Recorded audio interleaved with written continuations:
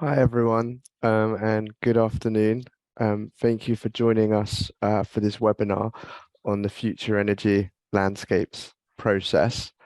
My name's Keith Hampshire. I'm the Director of Local and Community Empowerment at the Centre for Sustainable Energy, and my colleagues Dan Stone and Leah are also going to be presenting to you this afternoon.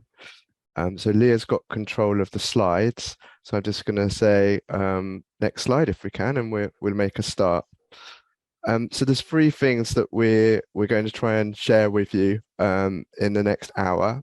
The first thing we'd like to share is sort of why we think the future energy landscape process is required, and how the methodology has worked in our experience. We've got some case studies and examples that we'll be giving throughout the presentation.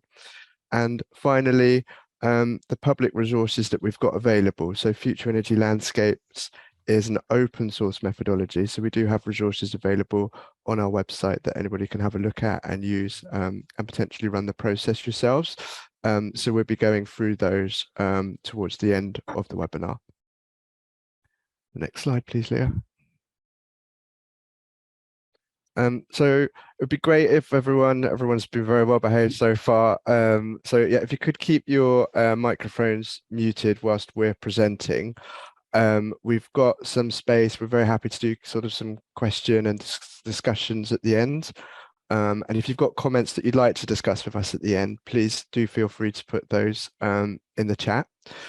We've got some questions for you that we're going to share throughout the presentation, and we're going to be using an application called Mentimeter for those questions. So when we get to that point in the presentation, we'll give you some instructions on how to log into Mentimeter and sort of record your responses there. They're basically some polls that will help us to sort of direct the content and get a feel for who's in the room and what they'd like to find out. So yeah, like I said, any questions, if you just drop them in the chat for now, that would be great. Okay, so next slide, please, Leah. Yep, so just the one on the Centre for Sustainable Energy. That's all right. Yeah, cool. So who are we? So the Centre for Sustainable Energy, we're based in Bristol. We're a charity. We were founded in 1979. So we've been working on energy and related topics for quite a long time. And it's in essence sort of how we go about achieving our mission is sort of by sharing our knowledge, our practical experience and policy insights. And there's lots of information on our website, which is linked at the bottom. So if you'd like to find out more about CSE, yeah, please do go to our website. We have a monthly e-news bulletin that you might wish to sign up to as well. I just wanted to share before we go into the future energy landscapes methodology itself, a little bit about what we do and how this sort of methodology and process has come about. So our work focuses on the enabling conditions, and that's the sort of policies and processes required for a fair transition of the energy system from what it is today to a system that's hopefully more equitable and sustainable for everyone. So there's a few examples of our work here. So we provide support and guidance to parish and town councils and community groups of all shapes and sizes. And one example of that would be through our parish action days. We also have Dan, who's going to be presenting later, is a qualified planner, and we have a team here that works on the planning system. So that includes things like providing critical friend reviews on climate and mitigation and adaptation policies in local plans, and working with local groups who are keen to work more closely with the planning system itself. We also have a technical team here at CSE, and they conduct evidence-based research and studies, for example, on sort of the potential for heat networks and renewable energy resource assessments. And a big part of our work, and you'll hopefully get a sense of this from the Future Energy Landscapes methodology itself, is about engaging with communities, supply chains, and other key actors who are required to build the sort of social consent and leadership that we believe is fundamental to transforming the energy system. And really, finally, I guess there's the aspect of governance, and that ties many of these aspects together. So trying to improve governance for net zero, And one example of this is sort of the work that we've done to draw together the methodology for local area energy planning. And I wanted to mention these aspects because the presentation that we're going to give today really draws across all of these dimensions. So we work with a lot of different stakeholders, whether that's developers, local authorities, parish councils, or community groups. And it's those insights, those connections and discussions that we've had that have sort of really drawn us towards developing the future energy landscapes methodology. Next slide.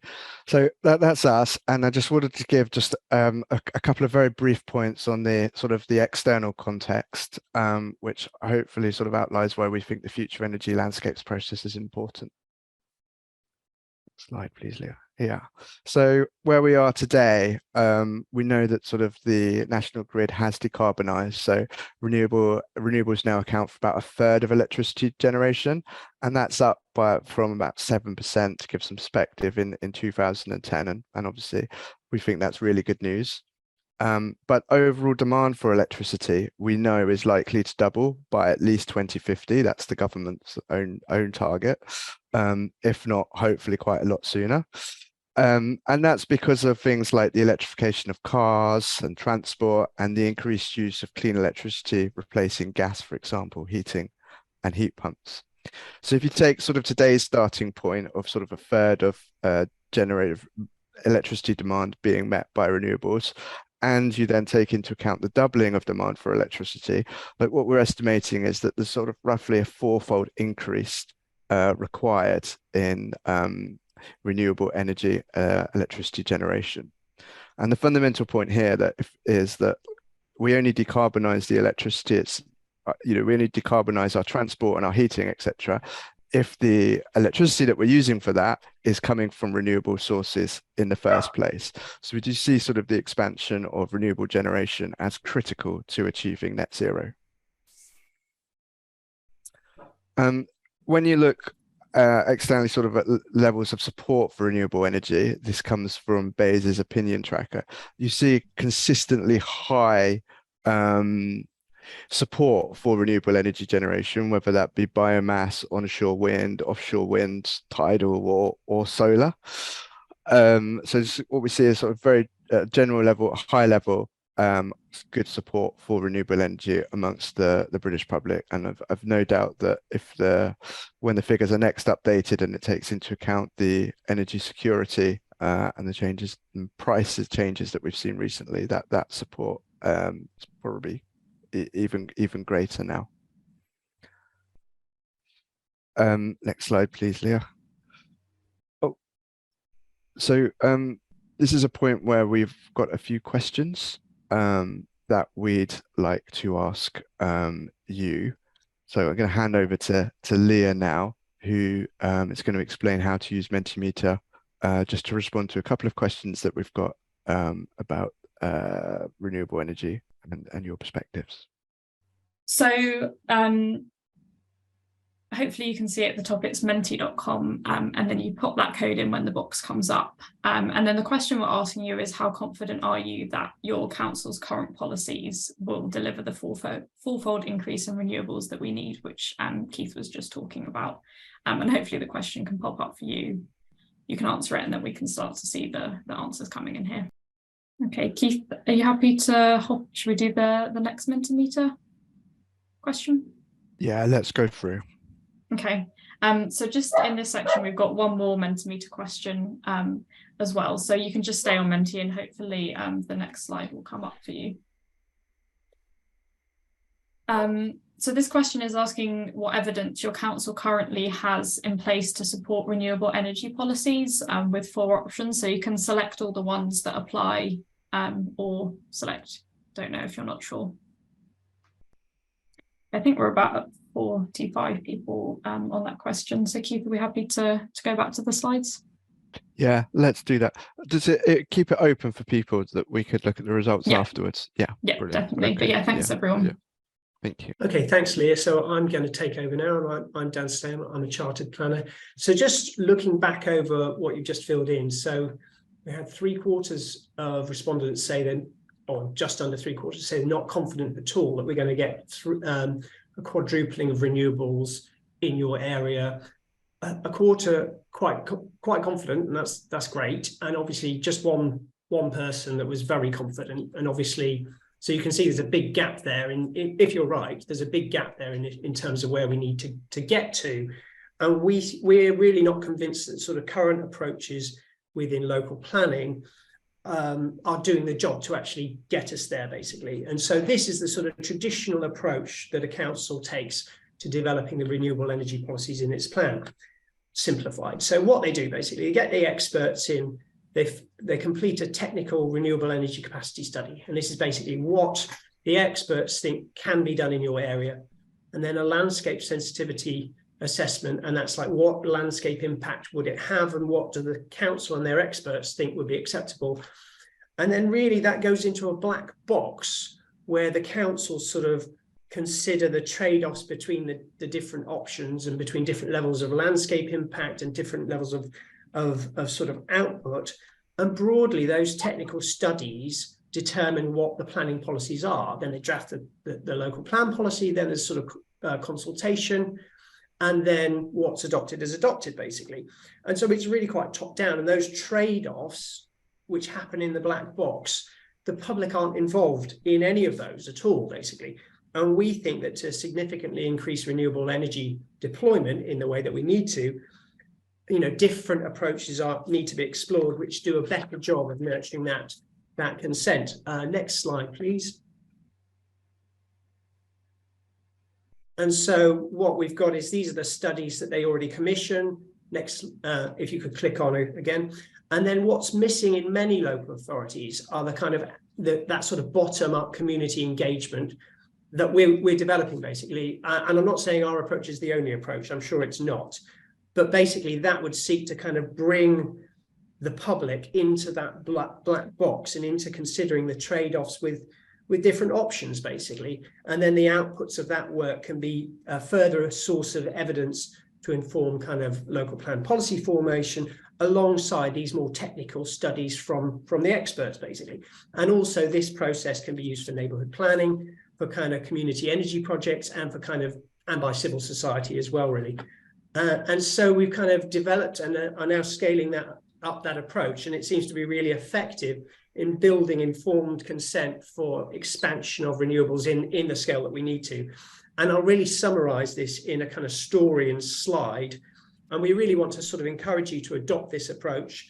And we've basically made all the resources available for you to do so. Next slide, please. Yeah. Okay, so this is Wellow. This is a village where we put on a recent event. Oh, previous slide, in Bath and North East Somerset Council area.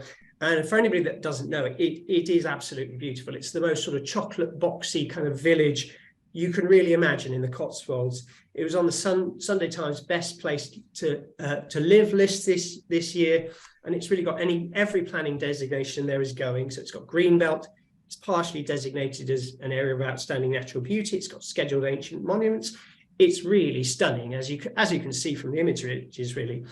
And so in our wisdom/folly, we decided to sort of, with the council, to host a workshop here.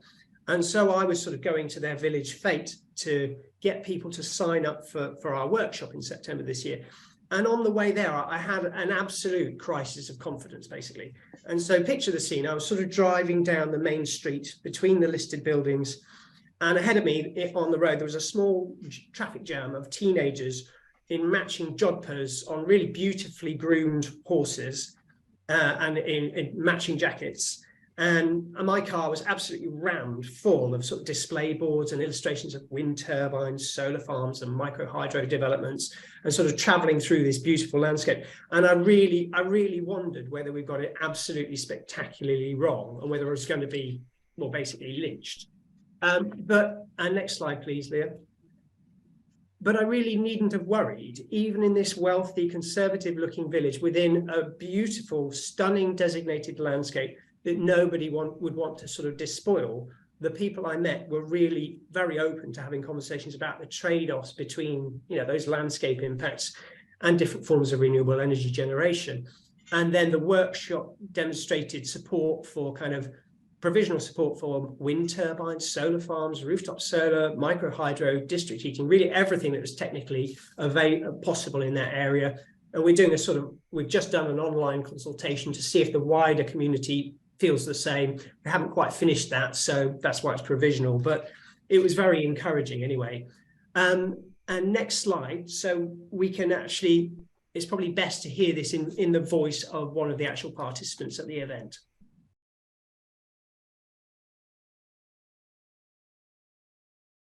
It was very informative. I learned quite a lot about different types of renewable energy that I didn't know anything about. It was just really helpful to kind of have a forum of, whichever local people managed to come along that evening.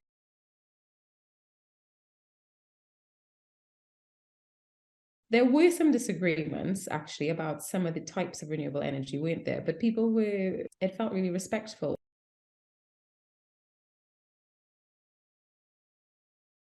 I think people kind of came along with a rough idea that it might be good to have some renewables around our area. And by the end, it felt as though people were like, just as many as possible, as many places as possible. So it really felt as though hearing about them and hearing about the real benefits that they could provide to our area strengthened people's support for renewables.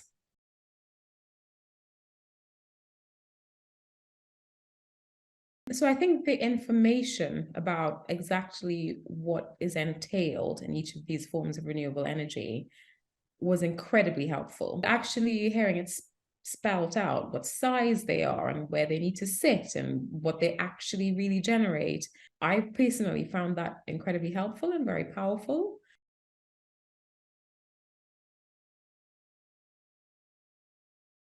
I really hope so, because I think this is a village that people would have assumed no one would have been in support of having renewable energy around.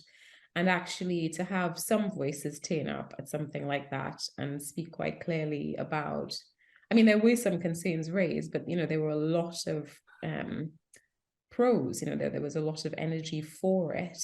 So I hope that would be the kind of motivation that the council might need, that actually these decisions might not be as unpopular as they might fare in certain parts of the countryside, that actually there might be more will, more will of support from local people around some of these decisions. So I really hope so. I think there's a real growing understanding that to protect this beautiful landscape, we need to make some changes.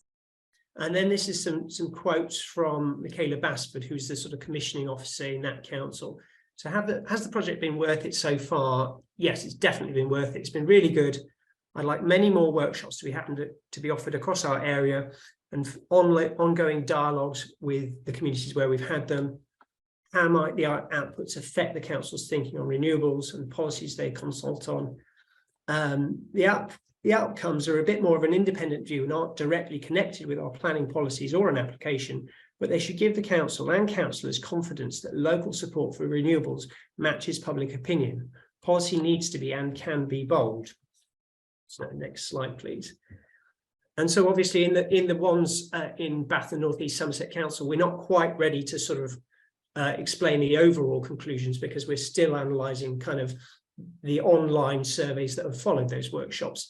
But we have finished some workshops in North Somerset Council area, and this sort of summarises the kind of outputs from them. So we ran 3 workshops, and on the graph, you can sort of see, broadly speaking, the mix of technologies. So a sort of support for onshore wind of various sizes and solar farms. And really the thing that I want to take away from this slide is that in 2 of those communities, the community would be generating much more renewable energy locally than it actually uses. And so in blue is renewable electricity generation, and in orange is electricity consumption. And you can see in the community down south, it's multiple times what that community uses. In this, it's still more. And what it sort of suggests is that in many communities, that will be the case, actually, and that in many rural communities, they could be net generators of renewables with this kind of approach. So next slide, please, Leah.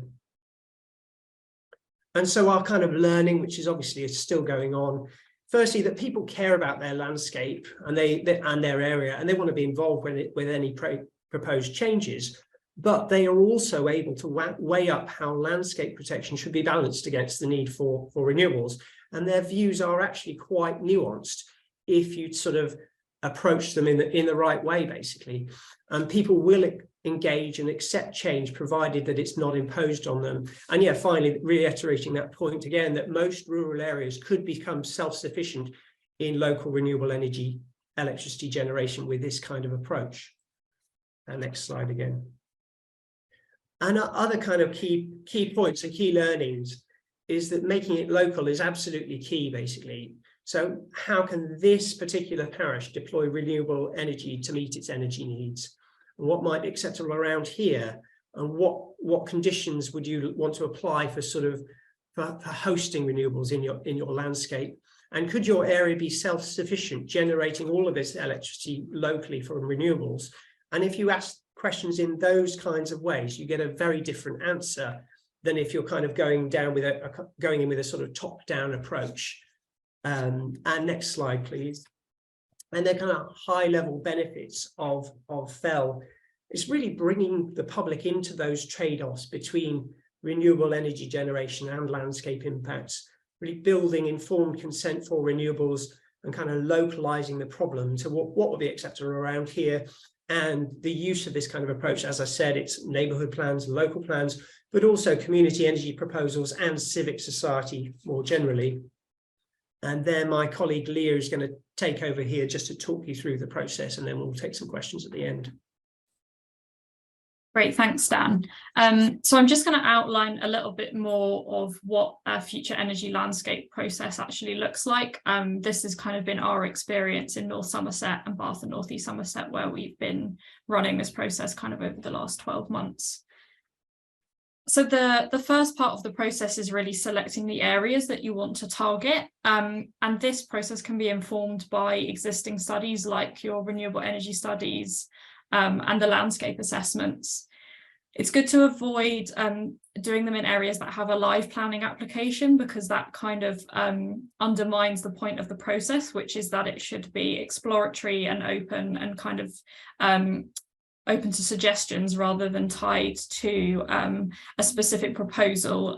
So it's a bit more hypothetical in people's minds, and they can think outside the box a little bit more.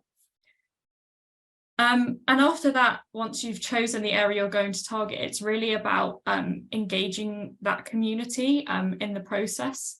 So the way we've gone about this is drafting a community engagement plan, which essentially is kind of mapping out all the different communication channels in that community. So that could be things like getting the email addresses and phone numbers of faith groups, local interest groups, schools, the parish council, all the kind of different groups and part of that community, and then using those channels to communicate with them around what you're inviting them to, which is typically a workshop, which I'll talk about a bit in a second, and things like using posters, both in digital formats and kind of physically around the community, flyers, getting it in newsletters, like if the parish council has a newsletter, and also using social media like Facebook groups, in our experience has really helped kind of broaden out the audience that you're reaching with this. And another thing we've done, this is my colleagues at a fair earlier last autumn, is going where there's a crowd. So going to things like events and fairs and talking to people about what you're going to be doing. And it's really useful if you're able to kind of capture people's interest via an email address at these events, because it essentially means that as you're putting on workshops or surveys, you can get in contact with people and invite them to that. This is the bit that's really hard and is something we still definitely haven't perfected. We've just learned a lot from it, is being able to just get a really good mixture of people in the room at something like a workshop that's representative of the community.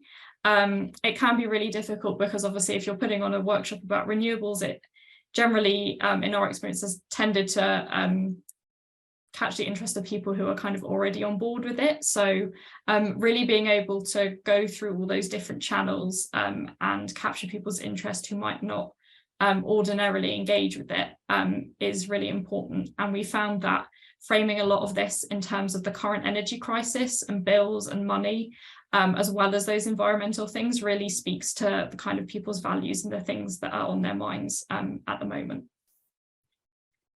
So then once you've engaged the community and got some people in a room, it's about running the kind of participatory workshop itself.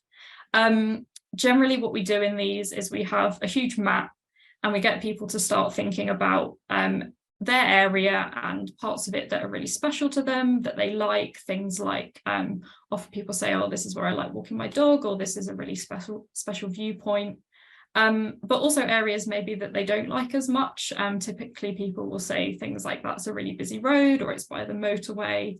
And this just starts building up a picture of parts of the kind of local landscape that are really cherished, and parts that maybe they potentially wouldn't mind putting things like wind turbines, because that will have less of a visual impact essentially. And we give them a kind of menu of renewables. That's the picture you can see with the cards on the table. And these are based on those kind of technical studies of what is actually feasible in the area. So you can kind of choose that menu based on knowing, okay, we can have X number of wind turbines in this specific area. And then you get the workshop participants to kind of start choosing from that menu what kind of things they might be happy to see in their area. And as they're doing this, we have a spreadsheet where you can put these technologies in, and then it will kind of put that into context a bit by saying, okay, this is how much energy they'll produce, and this is what that means in context of how much energy your kind of area uses. And it also shows what that does in terms of their carbon footprint as well. So it really helps to kind of contextualize things and essentially helps them to make informed decisions about the kind of technologies they're choosing. And kind of throughout this approach, it is very high level and hypothetical. It's not like they're going to choose it and it's going to happen tomorrow. Some people get very worried about that, but obviously anything that did come forward would be, you know, have further planning applications and assessments and things like that. So it really is just kind of like starting this conversation. And then following the workshop, it's really good to do some broader engagement. We've been doing this through online surveys, which allows us to get kind of the wider community's opinion on the things that people suggested in the workshop. The workshops are kind of necessarily limited in size to about 20 people, just to make, in terms of like physical space in a hall, and just to make what we do in the workshop manageable. So we normally reflect these outputs back to the rest of the community through a digital map and a survey that says, okay, so the workshop participants said they'd like a large wind turbine in this location. What do you think about that? So the survey really helps build a bit more of a consensus about, okay, is this representative of, is what happened in the workshop representative of what the wider community thinks? Is it different? So it just gets more voices involved in the process, essentially. And I guess it's worth just stressing with any kind of online engagement, that generally is the way you reach most people, but always having a kind of a phone number people can ring for like a paper copy of things is really important for those not able to use them online. And then finally, once you've kind of collected all of that data, being able to report that back to the community and those that were involved in the workshop and the surveys is one way. Things like community energy groups can use the findings, as well as for councils to potentially use those findings to inform some of their policies. What we've done is we've written reports for the councils that we've done this on behalf of, but it could kind of take many forms. Reports are just kind of the easiest way to say, here's what happened in the workshop. And then have some graphs about here's what was said in the survey. But it's really important, I think, for the transparency of the process to be able to share these back to the people involved, so they can see the outputs of the whole process. And with all this future energy landscape stuff, the best thing you can really do after this webinar is go onto our website and look at our guidance document. We've kind of written a main guidance document that explains this whole process in a lot more detail, a bit more of the kind of rationale behind it, as well as going a bit more into the details of how you run the whole process, how you run the workshop. And we'll share the links to this after the session as well. And with that main guidance document, we have some downloadable resource packs, one of which goes through that spreadsheet I mentioned and how you would set that up to do a workshop, and how you would get that menu of what's technically possible in your area. We also have a pack that's all around the facilitation materials for the workshop. So a copy of some template slides you can use, as well as notes for whoever's kind of running the workshop. And we also have a pack around just a kind of some template publicity materials, things like Facebook posts and emails as well. So yeah, I'd highly recommend going and having a look through that guidance document a bit more and looking at the resource packs, because that hopefully just really goes into a bit more detail of the whole process and approach.